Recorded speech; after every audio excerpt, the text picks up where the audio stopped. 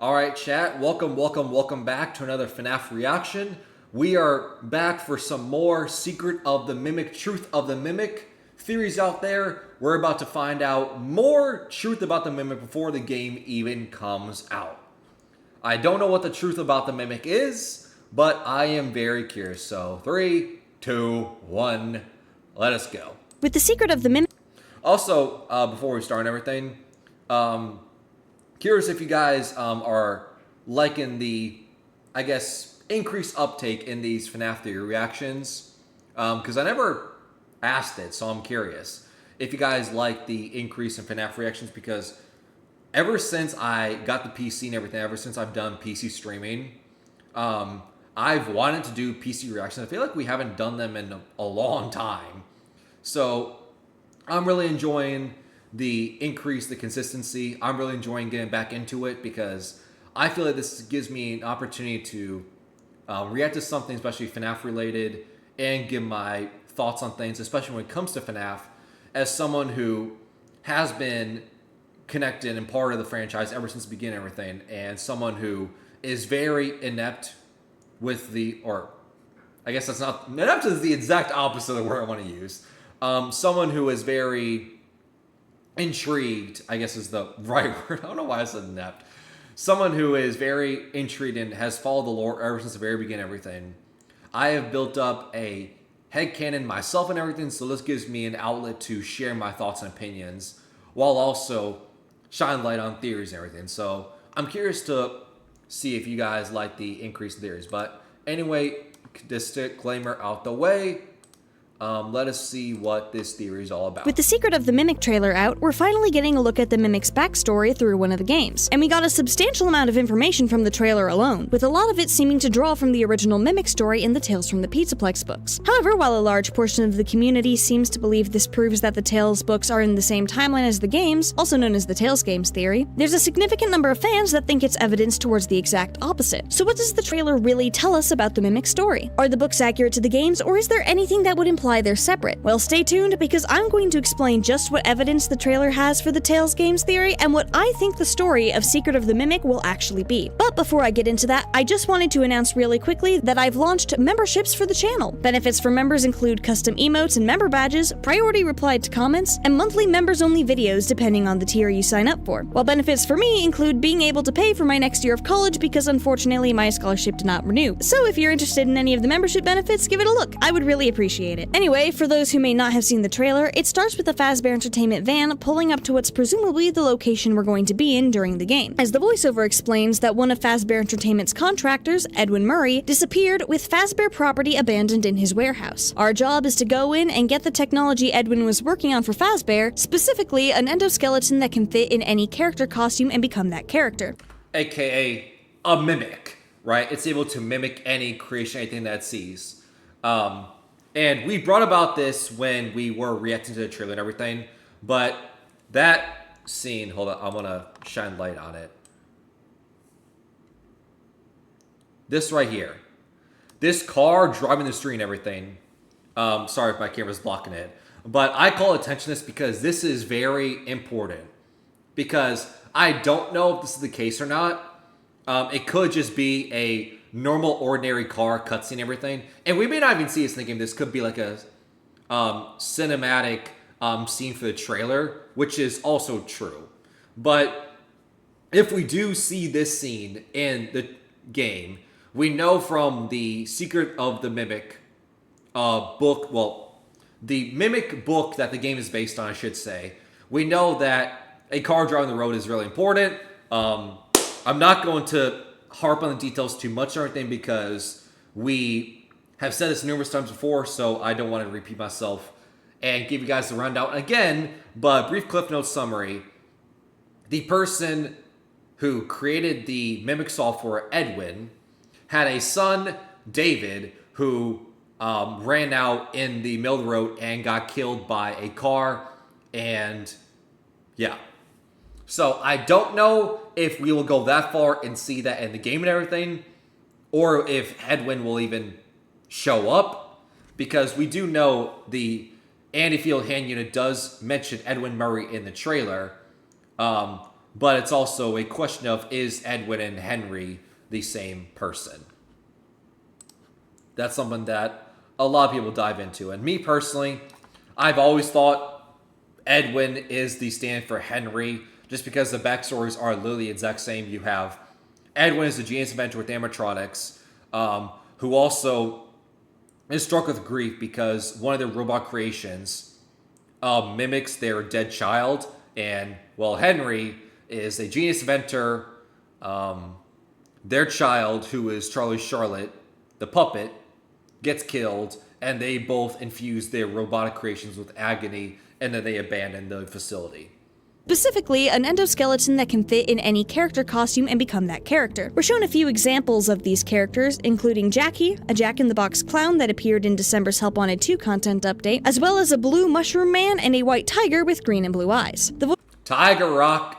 voice also warns that they suspect the endoskeleton may be malfunctioning, so there's a chance of injury. And because it wouldn't be Fazbear Entertainment without them downplaying just how dangerous things are, the voice also says they expect retrieving the endo will go smoothly despite the risk of death or dismemberment. We get some nice shots of the location, including a costume with the dead guy's arm sticking out of it, and a fun prototype Music Man jump scare, before the voice denies all liability Fazbear Entertainment may have for sending you into a death trap with an endoskeleton that has murderous tendencies. Which is very weird, seeing Music Man and the Secret of the Mimic trailer. Right, that's very weird. Now, is Music Man meme-worthy and the GOAT? Abso-freaking-lutely. Right, any Music Man appearance, we will always appreciate it. But from a timeline perspective, it's weird. It makes no sense. Because Music Man first appeared in FNAF 6 Pizzeria Simulator, along with the mediocre melodies. And we know FNAF 6 is way later on in the timeline, because that was supposed to be the original ending where you lure all the animatronics back and you burn them all down. That's when the story ends. And we know Music Man also appears in the Security Breach Pizza Plex, which we know takes place in the late 2020s to early 2030s. And the same thing goes for the Help Wanted VR games. Right, so all these games where Music Man is known to exist is way later in the timeline. But we know in this game, it's either 1972 or 1973. It's in the 70s from a screenshot from the game and everything, where we find out. So this game takes place in the 70s. Music Man existed way before we always thought, which is kind of weird. Right? It throws a huge wrench in the timeline. Like, damn, Music Man existed for that long. That's crazy. How did he get to the spider 8-legged creature that we saw in FNAF 6? Right? If he existed way before all that in the 70s. Right? We need, I think that's what I call to action. Call to action. We need a Music Man timeline. Not a FNAF timeline or a FNAF lore timeline, no. We need a Music Man timeline of all the events, all the appearances we know Music Man do exist, and we need a chronological timeline of how we got from a Music Man appearance in the Mimic in the 70s all the way to Ruin, Help Wanted, to the Pizza Plex, right? I need a chronological Music Man timeline. Those who are familiar with the story titled The Mimic in the Tales from the Pizzaplex series, the connections are pretty obvious. For those who aren't familiar or need a refresher, The Mimic is a story that comes in two parts. The first part focuses on Edwin Murray, who sold his company to Fazbear Entertainment when the death of his wife and having to raise his son as a single parent led to him being unable to save his failing vacuum business. In the story's present, Edwin and his 4-year-old son David live in Edwin's factory, where Edwin makes animatronics for various Fazbear characters like Chica and Bonnie. But David, being a small child who needs attention and isn't old enough to be in school, has a tendency to get— Wait. Hold up. I want to replay that again. The first part focuses There's a lot of things I want to talk about. So, first of all, I want to hear something of the vacuums. on Edwin Murray, who sold his company to Fazbear. Everyone thought back to the day that he signed away his own enterprise. You're doing the right thing, Grant Starling, the portly Fazbear Entertainment exec who negotiated the buyout, said as he wanted Edwin's scroll signature on the bottom of the 12-page contract. Entertainment when the death of his wife and The machines he designed were intricate and required thousands of hours of focused work, not to mention very expensive parts and tools. raising a son on his own had pulled the rug out from under Edwin. He just hadn't had enough in him to do everything he needed to do when the finances ran dry. Having to raise his son as a single parent led to him being unable to save his failing vacuum business. Speaking of vacuums, because that was very weird. But speaking of vacuums, another reason why people have pointed the connection of Henry and Edwin being the same person is because, if you remember, in FNAF 6 Trash in the Game, Mr. Hugs was literally a vacuum with arms extended out and called Mr. Hugs. And we know, remember, brief recap, everything, all the animatronics we saw in FNAF 6 was created by Henry. So Henry made a vacuum, Mr. Hugs, that had arms extended out to hug you as Mr. Hugs, a meme-worthy character. Not as much as Muse Man, but he's up there. Edwin failed vacuum business. Coincidence? I think not. In the story's present, Edwin and his 4-year-old son David live in Edwin's factory where Edwin makes animatronics for various Fazbear characters like Chica and Bonnie. Would Bonnie be there? Chica, yes. Chica, yes, because I can't remember what story. Talked about the mediocre melodies. Right. Once again, apologies, but there's so many books out there, it's hard to keep track. But I know in one of the Fazbear Frights books, it references mediocre melodies because it talks about a off-brand bear, Ned Bear. It talks about a frog, Happy Frog. It talks about a pig with a southern accent, God, I can't talk. A southern accent, which is obviously Pig Patch. And then another one calls attention to is a weird bird girl. It's like, weird bird girl. Where have we seen that before? Oh, the bird girl, Chica. So you're like, Chica was a mediocre melody. Chica was not originally part of the original core for Freddy, Fozzie, Bonnie, Chica. We've always assumed that Chica was a mediocre melody.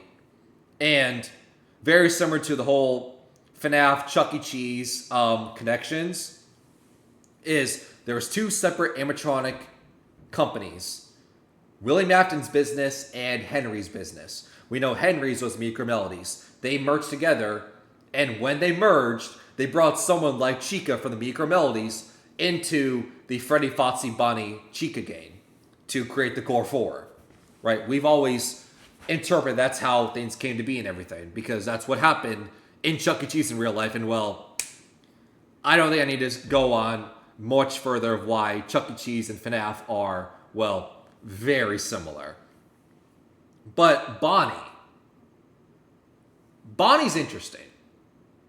Bonnie's interesting because we know Bonnie was a William Afton creation. Right? Bonnie was William Afton's creation. Right? That's why, for instance, William Afton wears a golden spring lock Bonnie suit. Because that's his creation. So, why would that be a Edwin/Henry creation if we know William Afton created Bonnie? Right? That's a little weird to me. Henry Edwin connected to Bonnie when we know William Afton, at least I should say, always assume, because we don't know anything about this franchise, we always assume William Afton made Bonnie. That was his creation. That's why we have the Golden Spring Bonnie suit, because of Afton creating it. Right? So that's weird.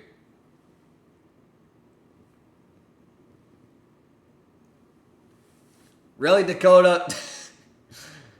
Really? Alright. But David, being a small child who needs attention and isn't old enough to be in school, has a tendency to get on his father's nerves while Edwin is supposed to be working. Realizing he doesn't have the time to give David the attention he needs and do his job at the same time, Edwin makes his son a playmate inspired by how he made David a white tiger bed to mimic David's favorite toy, a white tiger plushie. Edwin designs a legless endoskeleton called the Mimic, programmed to imitate what it sees, and the Mimic does its job pretty well, imitating David eating food, drawing scribbly pictures, and even copying the way David held his white tiger plushie. All's well and good until David dies in a car accident, and Edwin has a breakdown after he sees the Mimic continuing to mimic his son. In a fit of rage, he does his best to beat up the Mimic, but unfortunately for him, Five Nights at Freddy's is a series where you do not want to feel strong negative emotions in such close proximity to any animatronic endoskeletons. AKA agony. Because those emotions will leak out into the environment and latch onto the metal of those endoskeletons pretty hard. As such, Edwin's murderous rage flowed from him into the Mimic, which leads into the story's part 2. This portion of the Mimic story follows a team of Fazbear Entertainment workers who were sent to Edwin's factory after he disappeared, and the property ended up in Fazbear Entertainment's hands due to the breach of contract. They were told to clean and fix stuff up as necessary, but not much more than that. What they also weren't told was that a month before, a different team had been sent to that location. One of the workers only finds out after finding a satchel left behind by a member of the previous team, along with a device that had recordings of what the previous team was doing. Turns out, in addition to doing some temporary patch jobs on the leaky roof and finishing up some projects that were laying around, the original team found a certain legless endoskeleton that seemed pretty advanced. So they decided to take a pair of legs from another non-functional animatronic and stick them on there. As you can probably guess, giving the literally rage-filled murder machine additional means to get around did not go well for them. Despite Team B's efforts to hide under piles of moldy lace from before Edwin bought the factory, find an escape route that didn't involve the front doors that closed behind them and locked from the outside as soon as they walked in, or just generally survive, they all ended up dying pretty brutal deaths, which seems to be where we come in during Secret of the Mimic. Also, one more detail I want to call attention to, just to further establish the point of the part 2 of that story and everything, and how the FNAF technicians die and everything, is the Fazbear technicians saw this Mimic robot creation, gave him legs and everything, and they plugged in their computer into the Mimic, and they basically programmed the Mimic to rip off all the heads, arms, and legs of endoskeletons they saw laying around the factory. The Mimic, as it was programmed, does that. It rips all of the heads, arms, and legs off the endoskeletons, right? But then, once it's done doing that, it takes a step further of seeing the technicians, the humans, as additional endoskeletons and, well, rips the arms, heads, and legs off the technicians because it was, well, programmed to do that. It was just following its programming. So I just wanted to throw in that little anecdote tidbit right there.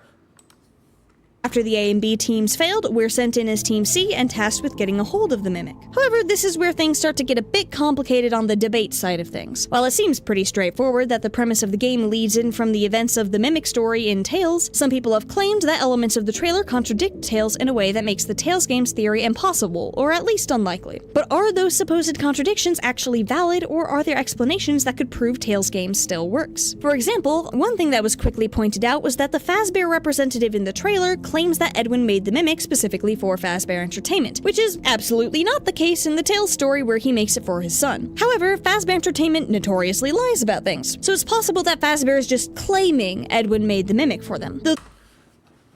Yes and no, right? I mean, first of all, Fazbear, like, doing cover-ups, hiding skeletons in the closet. You know, let's remember what franchise we're talking about here, right? Need to remind you, it's the same franchise who, you know, when you're on that roller coaster tycoon going to VR Help Wanted, you're given some warnings of, like, you know, sign off this contract, be warned of, you know, soul transfer, digital consciousness, don't pick up the tapes, and don't interact with any glitches, and don't go outside the boundaries of the game, which, as we know, the glitches being the tapes that you collect, inevitably releasing Glitch Trap. So, Fazbear, you know, lying to cover up, you know, skeletons in the closet. Wait, let's think about what franchise we're talking about here, right? It's dead kids, Bad Dads and Fazbear Entertainment having cover-ups and lying. To me, those are the core three themes in Freddy Fazbear games to The Sun Blows Up. Right? So that's the first thing I want to call attention to. The second I want to call attention to is yes and no with the ownership of the Mimic software. Because, yes, Edwin does create the Mimic software. And Fazbear technicians do go to Edwin's factory after he abandons it to retrieve the Mimic software. Right? But, if I'm not mistaken, Fazbear Entertainment does retrieve the software and they upgrade it and make it to something else, right? They retrieve the software and they upgrade it and make it do its bidding, and they make the software into what they want to do. And that's where we get into the Dr. Rabbit storyline, if I'm not mistaken. So this idea of contradicting, of it's like, oh, well, how did Fazbear Entertainment get their hands on technology? It's like, well, if we go off the Dr. Rabbit storyline, I'm not mistaken, they do. And they upgrade it to do what they want to do. And that's why, for instance, things like Helpy, for instance, are theorized to be upgraded software updates of the original Mimic software that Henry created. But Helpy is something that Fazbear Entertainment made based off the Mimic software. This does lead to the issue of how the heck Fazbear found out about the thing in the first place. In the Tales story, Edwin didn't make the Mimic for them, and the entirety of both the A and B teams were very dead by the time all was said and done. So unless Edwin told Fazbear about his son's robot playmate for whatever reason, there'd be no way for Fazbear to have heard about it if Secret of the Mimic is the third attempt at checking out the building after Edwin dipped. That being said, if we're not the C team, but rather the D or even E team, it could be possible that a member of a C team did make it out and report somehow, despite the front door supernaturally locking itself and the windows being boarded up for both the A and the B teams. Then maybe they refused to go back or something, so we were sent in and actually given a clue about what we were getting into. I personally think it's a bit of a stretch, but it's possible, so I think it should be mentioned. There are also some other things that can be explained away pretty easily, like the mushroom costume in the book being fuchsia, where in the game, Mushroom Man is blue. For all we know, maybe there were just two costumes or something. Minor things that don't really matter and do have plausible explanations. However, there are several things that are a lot more difficult to explain away that I think haven't been given the weight they deserve. For example, Edwin Murray in the books was not a contractor for Fazbear Entertainment. Yes, he did have a contract with them in the books, but that was because he sold his family company to them, making him an employee under the Fazbear Entertainment umbrella, not a contractor. After all, if someone is a contractor, legally speaking, they are hired to provide services for another company but are not employed by them. For example, I could be considered a contractor thanks to the sponsor of today's video, Raycon. Raycon's everyday earbuds being their property. But why call Edwin a contractor when he isn't one? It just seems really weird to me unless, in the game version of events, he didn't sell his company to them and Fazbear Entertainment legitimately just contracted his services and the two companies worked closely together. Hence the Fazbear posters and stuff all over the place. Similar to how Scott Cawthon owns Five Nights at Freddy's, but Steel Wool associates itself heavily with FNAF since they are the company hired to make the recent games. If this were the case, it would also explain another compatibility issue between the book and the game. Namely, the extremely notable differences they have regarding the state of the building the Mimic is in, and I'm not referring to how the trailer calls it a warehouse while the book calls it a factory. I mean, to me, that's just nitpicking details, like warehouse, factory, facility. Like, to me, that's all interchangeable. From the Pizzaplex, the factory's in pretty rough shape. The first floor windows are boarded up and there's piles of moldy lace everywhere since Edwin had largely left all the lace and lace-making machinery that was there when he bought the place lying around. Some offices in the top portion of the building were modified into a living space for Edwin and David, and there was a slide on the staircase for David to play on, but other than that, the building looked old and abandoned. Contrast that with what we see in the trailer where, yeah, it's abandoned in the sense that Edwin left, but it looks nothing like described in the book. There's no piles of moldy lace, it looks to be in generally good condition and like it was actively used as a well-functioning business. I think it depends on the timeline, right? Now, like, that's what I'm thinking. I think it all depends on the, timeline sequence of events, right? Like, I don't know if this is true or not, right? Because I don't believe this detail was ever called out. But let's just say, for instance, if I'm not mistaken, this Secret of the Mimic game takes place in 1973, right? Let's just say Edwin Murray created the Mimic software, abandoned it after infusing the Mimic with agony, either in 1972 or earlier in 1973, before we, as the players, go to that factory. So it would make sense then why the factory is not in a huge disarray and, moldy disrepair and everything, because, well, it hasn't been that long since Edwin was there. Contrast that with the books, where, let's just say, Edwin created the software in the 70s, but Fazbear technicians go to the factory in, 2020s when the Pizzaplex was known to get in, construct and everything. I don't know if that's the case, right? Because I don't know. I'm not saying I do, and I'm not saying it's wrong or right. I have no idea. But I'm just throwing that counterpoint out there where what if the time frames are different, right? Then you can be explained both ways of how in the game it's not a huge disarray and disrepair, but then in the books it's different. You can have it both ways. Once again, I'm not saying it's true or not. I'm just throwing that counterpoint out there where it's like, it's plausible.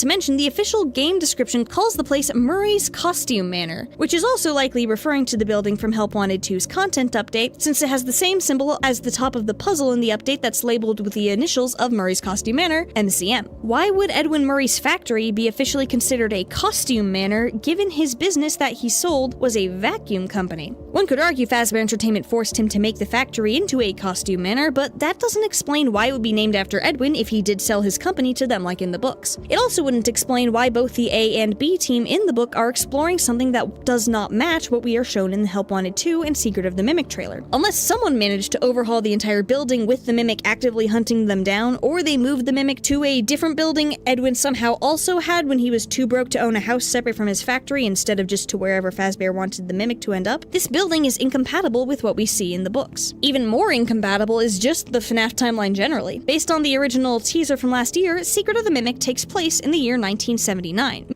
79. Damn it! I've been wrong this entire time. I always said 1973, but hopefully what I've said before about Music Man in the trailer, and now with what I was saying earlier about, this area is not being disarray and repair, contrast that with the books and everything. Hopefully my point still stands, even though I got the year wrong. Hopefully my point still stands. But I was right, it was in the 70s, so, throw me a bone for something. Meanwhile, part 2 of the Tales from the Pizzaplex story takes place in January, about a month after the A team was scoping out the place in December. If we're sent the same year as Team B, and assuming the A team was sent the same year Edwin disappeared, that would make part 1 of the story take place in the year 1978. 5 years before that, Edwin was 24 years old and his wife was pregnant with their son, which would be in the year 1973. Meanwhile, the Tales from the Pizzaplex story, The Storyteller, takes place at the fully functional Pizzaplex when Edwin is 64 years old, which, based on the dates we're given, puts the events of The Storyteller in the year 2013. Meanwhile, FNAF 3 takes place 30 years after Freddy's closed. And even if you went with the earliest known closing of Freddy's after the missing children incident in 1985 instead of FNAF 1, that would still put the game in 2015. And since FNAF 3 is a prerequisite for Pizzeria Simulator, which the Pizzaplex is built on top of, it is literally impossible for... Wait. FNAF 3? Wait. FNAF 3 is built on top of FNAF 6? Wait. Closed. And even if you went with the earliest known closing of Freddy's after the missing children incident in 1985 instead of FNAF 1, that would still put the game in 2015. And since FNAF 3 is a prerequisite for Pizzeria Simulator, which the Pizzaplex is built on top of, it is Wait.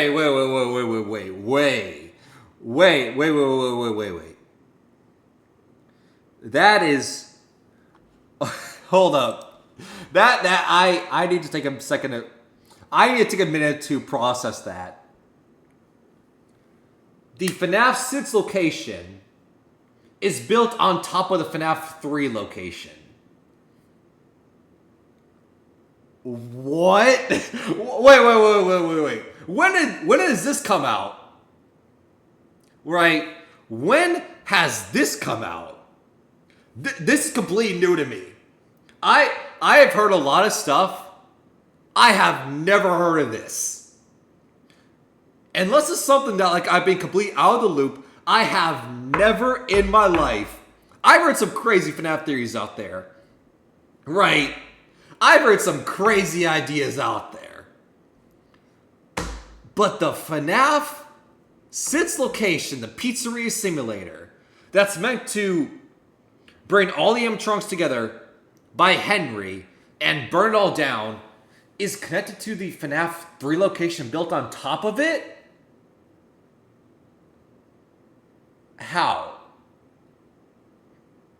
I need to process that for a second. How? How is it connected to the FNAF 3 location? Like, that came out of nowhere. Because let's just go down the timeline of places we know are connected / built on top of the FNAF 6 location. We know that the Pizzaplex is built on top of the FNAF 6 location. So that connects Help Wanted, or Blue. We know the Pizzaplex is built on top of the FNAF 6 location. So that connects Security Breach, Ruin, and FNAF VR Help Wanted 2 on top of the FNAF 6 location. Right? Which is very weird. Unrelated, but if we're talking about building locations on top of one another, we know Sis location is underneath the FNAF 4 house. Right? And also, it's a theory out there, but it's never been confirmed, that the Sis location is connected to Ruin because the scooping room, which would also mean the sister location, FNAF 4, FNAF 6, VR Help Wanted 2, Ruin are all connected in the same area. Right? Are all connected in the same area. None of those games are FNAF 3. Right? None of those games are the FNAF 3 horror attraction location. Because, brief recap, the FNAF 3 location is a haunted house, horror theme style attraction that was made 30 years after, once again, FNAF, the original location closing down. Now, whether that's FNAF 1, which would be weird, because we know FNAF 2 existed beforehand. If it's Into the Pit, Fredbear's Family Diner, it's hard to say what Freddy's location they're talking about. But some original location of Freddy's, 30 years after that closed down, and we had the missing children incident and this common theme of, kids get lured to a back room and killed and possessed by the animatronics and everything. This haunted house horror theme style attraction was made 30 years after that and is the FNAF 3 location. Right? And we know Springtrap is William Afton because it's him in the Springlock Golden Bonnie suit. So all that is fine. But connected to the Pizzaplex, that's where you lose me. Right? That's where you lose me. Because how does that make any sense? Like, if you want to say, oh, they're connected because, we know William Afton is Springtrap in FNAF 3. He's the only real animatronic. And we know FNAF 6, he's, also there. And we know Burn Trap is also William Afton, at least some way, whether it's actually him, a digital consciousness of him, it's hard to say. Same thing goes with Glitch Trap. A lot of personas of William Afton, I will say that. So, therefore, FNAF 3 has a persona of William Afton there. FNAF 6 has a persona of William Afton there. Security Breach has a persona of William Afton there. Therefore, William Afton, FNAF 3, therefore, William Afton, Security Breach. So that's where you lose, but why? Why? Hold up. I need to Google this for a second. Because this is blowing my mind. I have never heard of this. I have never heard of this one. I have lost for words right now. FNAF 3 being connected to FNAF 6 and also Security Breach. I can't wrap my head around that. Hold on.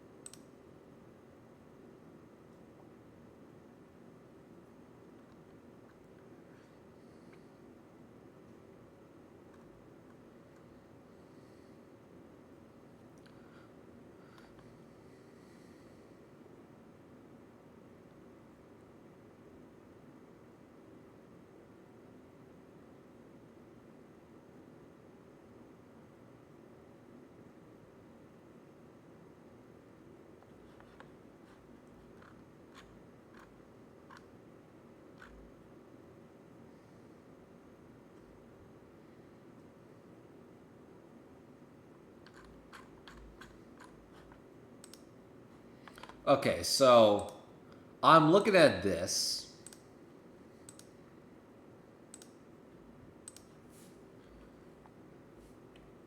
This is blowing my mind right now.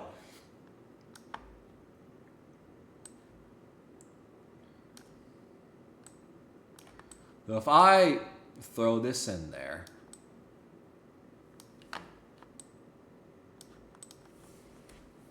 Okay, so in the Five Nights at Freddy's lore, FNAF 3 is considered to be connected to FNAF 6, also known as Freddy Fazbear's Pizzeria Simulator, in a way that FNAF 6 is often seen as a prequel to FNAF 3, as it takes place early in the timeline and features the same character, Springtrap, Afton, in a less damaged state. Yes. With the events of FNAF 6 leading to Springtrap's deteriorated form seen in FNAF 3. Wait a minute. FNAF 6 is a prequel and it takes place early in the timeline in a less damaged state. With the events of FNAF 6 leading to Springtrap's deteriorated form seen in FNAF 3. Essentially, FNAF 6 sets the stage of the events of FNAF 3 where Springtrap is the primary antagonist. Both games feature Springtrap as central character, but FNAF 6 he is less damaged.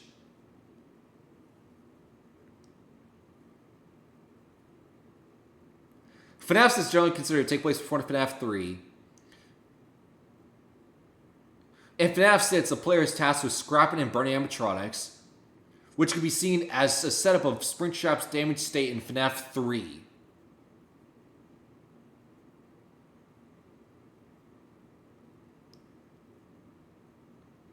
So FNAF's wait. This I'm losing my mind. I am losing my mind right now. I am losing my mind with this. So hold on. I need to take my headphones off of this. This is when you know it's getting serious. Okay, so I can't remember. This is not for like clickbait or troll or anything for like the video. Like no, like I'm actually losing my mind here with this. FNAF 6 comes before FNAF 3.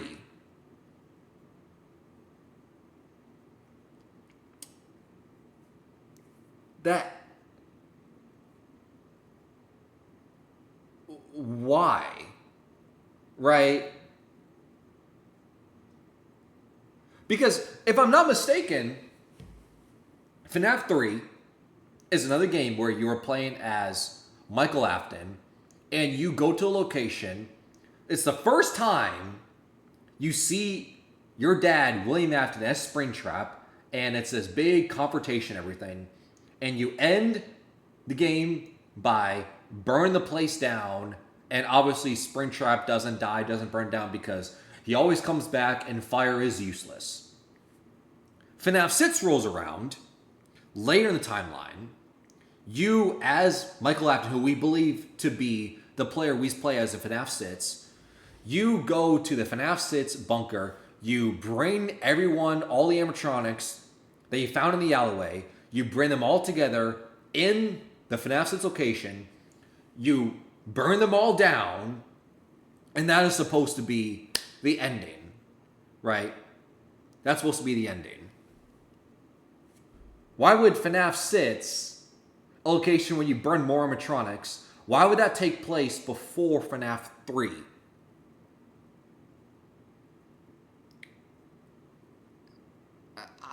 I don't know about that. Hold up. And also, if I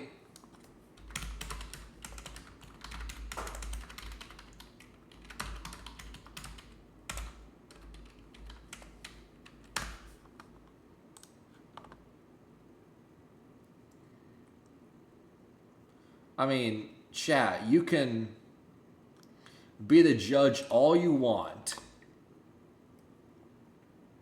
But if we take a look at FNAF 3 Springtrap and Afton from FNAF 6, their designs, you tell me if they're different. And who comes before who.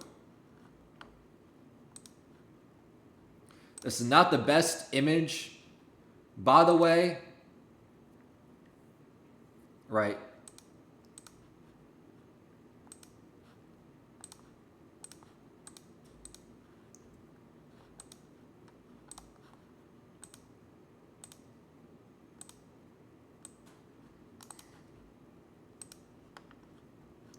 This is not the best images, by the way, so apologies. But if I pull up FNAF 3 Springtrap Burst, FNAF 6,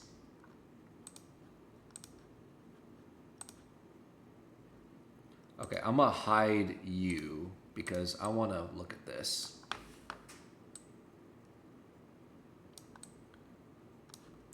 Okay, so this is the order. So the one on the left is Springtrap from FNAF 3. The one on the right is named Afton in FNAF 6. Now, you tell me, which one looks more of a disarray and damaged? Right? I mean, my mind immediately goes to the head and the mouth area, right? You can see the full head of Springtrap, but in FNAF 6, like, there's more skin. It's cracked open. FNAF 3, the mouth is closed. FNAF 6, it's more open, right? And, like, damaged. He's missing an arm. Right? Like, come on. He's also missing his left arm. So you're telling me FNAF 6 Afton, the one on the right, comes before FNAF 3 Springtrap? What is the one on the left? So the one on the right, that's what I'm trying to brash this out. So you're telling me the one on the right predates the one on the left. What? Especially because we know the FNAF 3 Springtrap it was set on fire, so you can make the argument, after being set on fire, that is how he's appeared and how he looks in FNAF 6. Not before.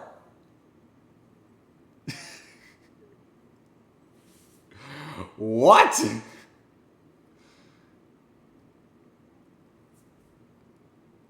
He's also missing both ears as well. Like, I don't even know what to say about this, right? Like, I am completely dumbfounded. FNAF 6 taking place before FNAF 3. That is so weird to me. Right? Like,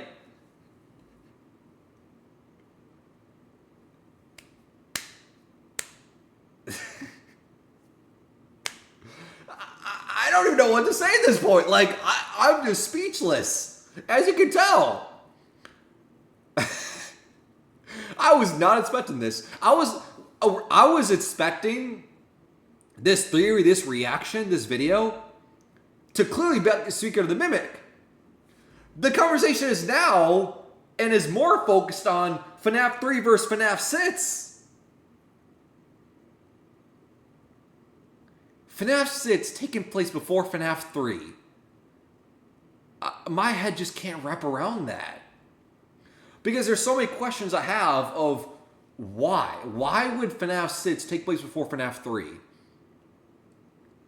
Because we know, following the FNAF 6 location, that's when we get into Help Wanted, the VR game. That's when we get into Security Breach and the Pizzaplets. Stuff is way down the line in the future. Why would FNAF 3 be after all that? Right? Like, that just doesn't... That... I hope there's another video. I hope there's another video that really dives into this. That FNAF 3 takes place after FNAF 6. Because I'm just looking at the design details of FNAF 3 Springtrap and FNAF 6 Afton. I'm just looking at the design details, and if you ask me, like, let's just say I'm someone who did not know Five Nights at Freddy's, did not know FNAF 3, FNAF 6, who the hell William Afton is, anything. If you ask me, knows nothing about this game whatsoever, nothing about this franchise, you ask me to look at this photo, look at the one on the left and look at the one on the right, and you ask me, who do you think came first? Right? Timeline-wise, who do you think came first? And I would say the one on the left came first. And the one on the right is after that. After something. Because Springtrap has more of his ears intact. FNAF 6 Afton pretty much doesn't have any ears. The head is fully formed in Springtrap, but FNAF 6 it's deteriorating away. He has a left arm. FNAF 6 Afton doesn't. Right? More of his stomach of FNAF 6 Afton is more exposed. Right? The legs are thinner on FNAF 6 Afton as well. But he's after? FNAF 6 Afton is after Springtrap. I don't see it. I don't see... I don't see any way how that's possible. Like, I'm sorry. Like, I try to be as openly accepting as possible when it comes to theories and other people's ideas, but I'm sorry. This is where you ultimately lose me. Right? Like, I need a full-on explanation of how FNAF 6 takes place before FNAF 3. Right? I need a full-on explanation. Because there's just no way. Like, I'm sorry, but like, there's just no way. And also built on top of... So FNAF 6 is built and connected to FNAF 3? When we know that FNAF 6 location was built by Henry, that would mean then Henry knew of the FNAF 6 location.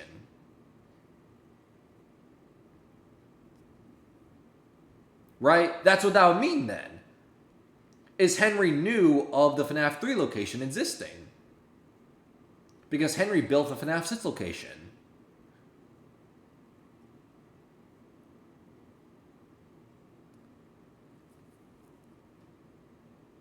Huh. I don't even know what to say. This was totally unexpected. Wow.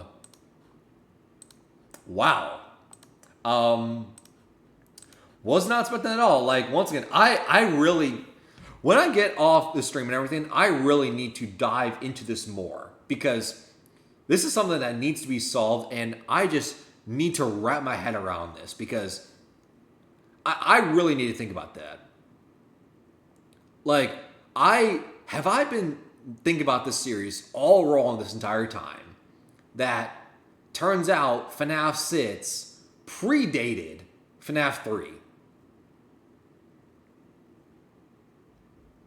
Right? I need to think about that. I really need to think about that because that, to me, affects the timeline in ways that have never been seen before. If FNAF 3 takes place before FNAF 6, or after FNAF 6, if FNAF 3 is after that, like that effectively ruins and breaks the timeline and everything that we know. Because I thought it was a clear picture. FNAF 6 happens, Henry's creation, lure all the animatronics together, burn it all down, end the story. It doesn't work. We get to FNAF VR Help Wanted. We get the emergence of Glitch Trap. Glitch Trap's cult of wanting you to, collect all the tapes and release them and get collected by the Glitch Trap virus. Then that eventually leads to Security Breach, where someone, Vanessa Tape Girl, was corrupted by the Glitch Trap virus, and that's how we get Vanny. And then Security Breach leads to Ruin. Ruin leads to VR Help Wanted 2, right? They're also connected. And then you throw FNAF 3 in there? After all that? Then what is Burn Trap then? Right? That's another question I have. What is Burn Trap then? If FNAF 6 Afton is before Spring Trap, then what is Burn Trap then? Is Burn Trap just another incarnation of Spring Trap before Spring Trap existed?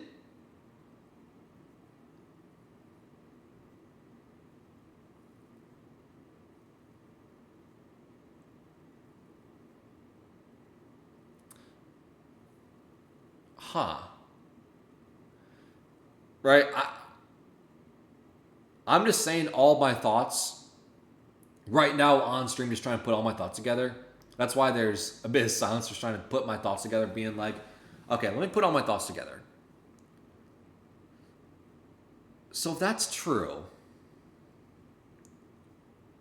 then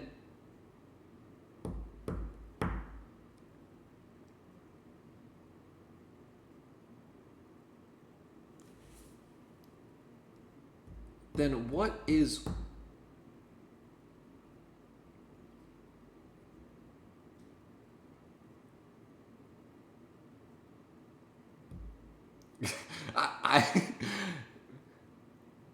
I'm just silent because I'm just trying to put my thoughts together of what? Not what you think. Indeed. This is not what I think. And I don't even think this is the reason why it's not what I think. Indeed. This is not what I think. It has nothing to do with the Secret of the Mimic game coming out in 3 months. Has nothing to do with that. A game that came out a decade ago. FNAF 3 after FNAF 6. FNAF 3 after FNAF 6.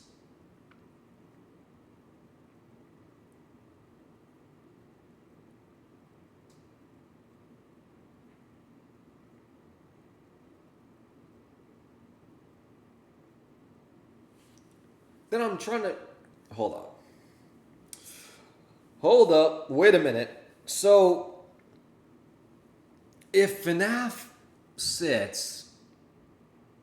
I'm just trying to think... This is why I'm silent. I'm just trying to think of a way that makes sense. Right? I'm trying to think of a way you can logic that out and answer that. It's like, oh yeah, this is how FNAF 3 happens after FNAF 6 because of this reason. I'm trying to piece together a way how that can happen. Because everything points to FNAF 6 happening afterwards. And everything happens in FNAF 6 eventually leads to the VR games, security breach, ruin, right? It's a seamless order.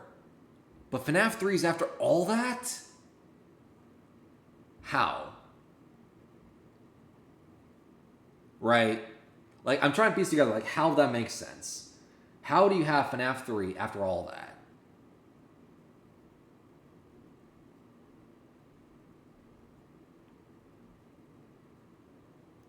Because then, to me, what is the Happiest Day minigame then? What is the Happiest Day minigame if FNAF 3 is after all that? What's the good ending? What's the bad ending? How does that all connect? Right? What is all that then if FNAF 3 is after it? What is Old Man Consequences then? Because we know in FNAF World, we as the player glitch through the game and we put the cupcakes in the tiles. We put the clocks in the tiles. And then the game ends with the pieces are in place for you. Now it's up to you to find them. Those pieces being the FNAF 3 minigames that we glitch through to get to the good ending, the Happiest Day minigame. Because if you play the game normally in FNAF 3, it's the first time where the series has done this, where there's multiple endings and you get to the bad ending. Right? You get the bad ending. So, the pieces are in place for you. Now it's up to you to go find them. FNAF 3 is after all that. So then what's Happiest Day minigame then? Just not real? Is Happiest Day minigame way earlier in the timeline than we thought? Because you also have the gravesite torch lighting order in the Princess Quest 4 and Help Wanted 2.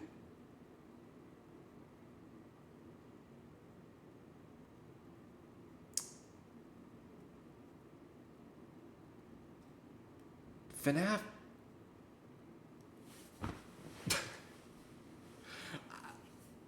I want to continue this video. I want to finish this video, but I just can't wrap my head around that. I just can't. Like, my brain just wants to refuse that. My brain just wants to shut it down. Like, I'm trying to put thoughts together of how you can have a world where FNAF 3 takes place after FNAF 6. I'm trying to put it together, but my brain's just telling me, no, it's not. It's not possible. I'm just shutting it down. Because all these reasons point to FNAF 6 happening after it, not before.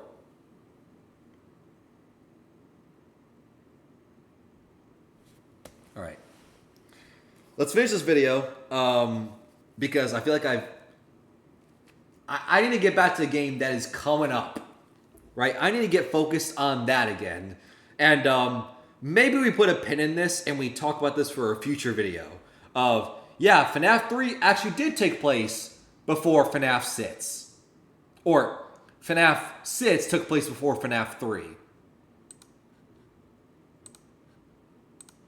85 instead of FNAF 1, that would still put the game in 2015. And since... Hold up.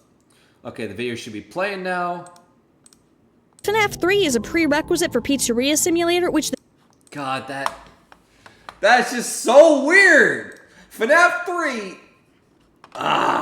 After the missing children incident in 1985 instead of FNAF 1, that would still put the game in 2015. And since FNAF 3 is a prerequisite for Pizzeria Simulator, which the Pizzaplex is built on top of, it is literally impossible for the timeline of events in the books to work with the games. While sure, sometimes the books can be weird with dates and ages, such as the Silver Eyes having Charlie go missing in 82 while her grave is marked 83, with the age the robot version of her claims to be not matching either of those options, the time spans and ages given in the Mimic plotline of Tales are entirely internally consistent. While on its own I could see it being written off as a mistake, it's not just the dates that's the problem. It's the state of the factory, it's Edwin being a contractor, it's Fazbear knowing about the Mimic. Yeah, sure, you could probably find some way to explain a decent portion of it, but would that really make more sense than this just being the way it is in the games, given this is a franchise with multiple timelines to begin with? Would it really make more sense for Fazbear to be lying about both hiring Edwin to make the Mimic and him being a contractor? For there to be someone sent in before us who escaped to tell Fazbear the Mimic existed in the first place? For the factory to somehow become Murray's costume manor after Edwin disappeared despite the Mimic loose in the building and Edwin not being there? There's a philosophical principle called Occam's razor, which basically says that the simplest solution tends to be the correct one, though I also employ the policy of trying to make sure all evidence is actually accounted for. While there might be a way for Tales games to work, I think Occam's razor suggests that rather than Tales flat out being the game's story, concepts from the books that are compatible with the story wanted for the games are pulled in, while things that don't work as well are altered or left behind as necessary to make things narratively cohesive and understandable to an audience that, if we're being honest, largely has not read the books and needs to get the backstory without having to do hours worth of external research. I see this similar to how the Five Nights at Freddy's movie is based on the first game and has a lot of similarities in its character names and location, but also has major changes to its characters and the story to make it work for the different medium and to accommodate an audience that wouldn't necessarily have all of the backstory that dedicated fans would be aware of. No matter how many similarities it does have, the fact that there are differences that are 100% incompatible with the games makes the FNAF movie a separate continuity from them, and I personally think that evidence points to Secret of the Mimic being a similar case. With Edwin being a contractor instead of an employee and having a full-blown costume manor with a gift shop and everything, the most straightforward solution I can see is that in the games, Edwin actually made a successful company, but only when he focused on animatronics and costumes rather than vacuums. My guess is circumstances in the game timeline were different enough to where, when vacuums started failing, Edwin was able to shift gears into Murray's costume manor. Since in the books he sold his company because he couldn't manage saving his failing business after his wife died in childbirth and he became a single father, his success here could be because his wife didn't die, so he was actually able to save his company. He may have even made the Mimic for Fazbear Entertainment rather than his son, considering the white tiger in the trailer is a mascot costume that was never mentioned in the book, rather than David's plushie. The Mimic still ends up getting made either way, people die, and we get sent in to clean up the mess. But it would be presented in a way that would make sense to people who might only be playing the games rather than reading the books. But hey, this is all just a theory based on a trailer. The game could provide ways to make more things compatible with Tales that I haven't thought of, and I don't blame anyone for believing Tales games to be accurate given the number of similarities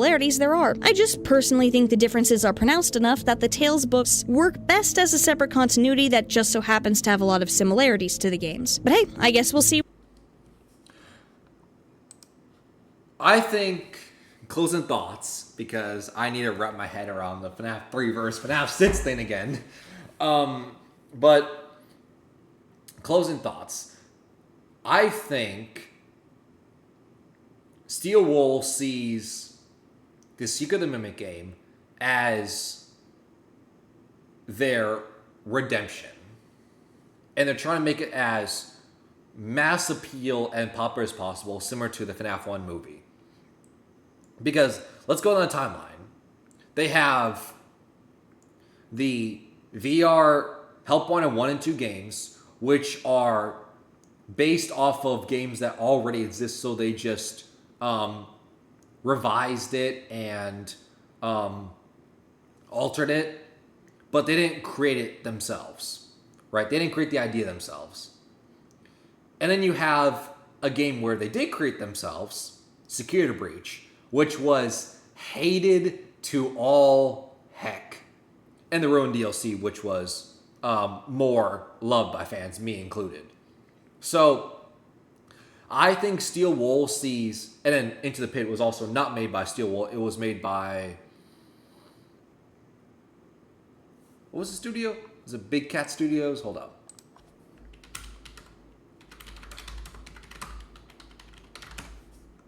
Mega Cat Studios, not Big Cat Studios. But yeah.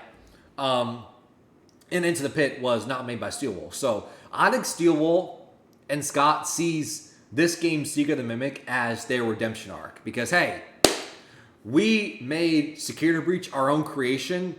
It failed. It was too wide scale. They changed stuff up because of theories being right. The story was changed nonstop. Delays, game-breaking glitches and bugs on launch, whatever have you. But it was hated on launch, myself included. So I think Steelwall sees this opportunity as their redemption arc, where it's like, all right, this is your next game that you have made yourself. Hopefully, you have learned from your mistakes and you learn what to do and what not to do when it comes to making a game from scratch and then releasing to this Freddy Fazbear fan community. So I hope that this is like their redemption arc. Because yeah, this is the first game that Steelwall's made since Security Breach that they built from the ground up. Not something like DLC with Ruin or Help 1 and 1 and 2, which was games inspired by games that were already existing. So this is their next game that they made from scratch. And I hope that's a lot better.